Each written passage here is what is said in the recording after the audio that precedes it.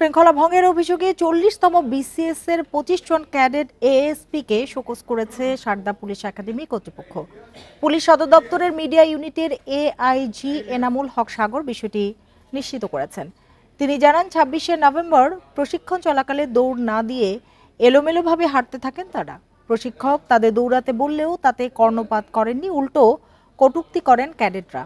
এমন শৃঙ্খলা পরিপন্থী আচরণের জন্য তাদের বিরুদ্ধে কেন ব্যবস্থা নেওয়া হবে না সে বিষয়ে ব্যাখ্যা চাওয়া হয়েছে।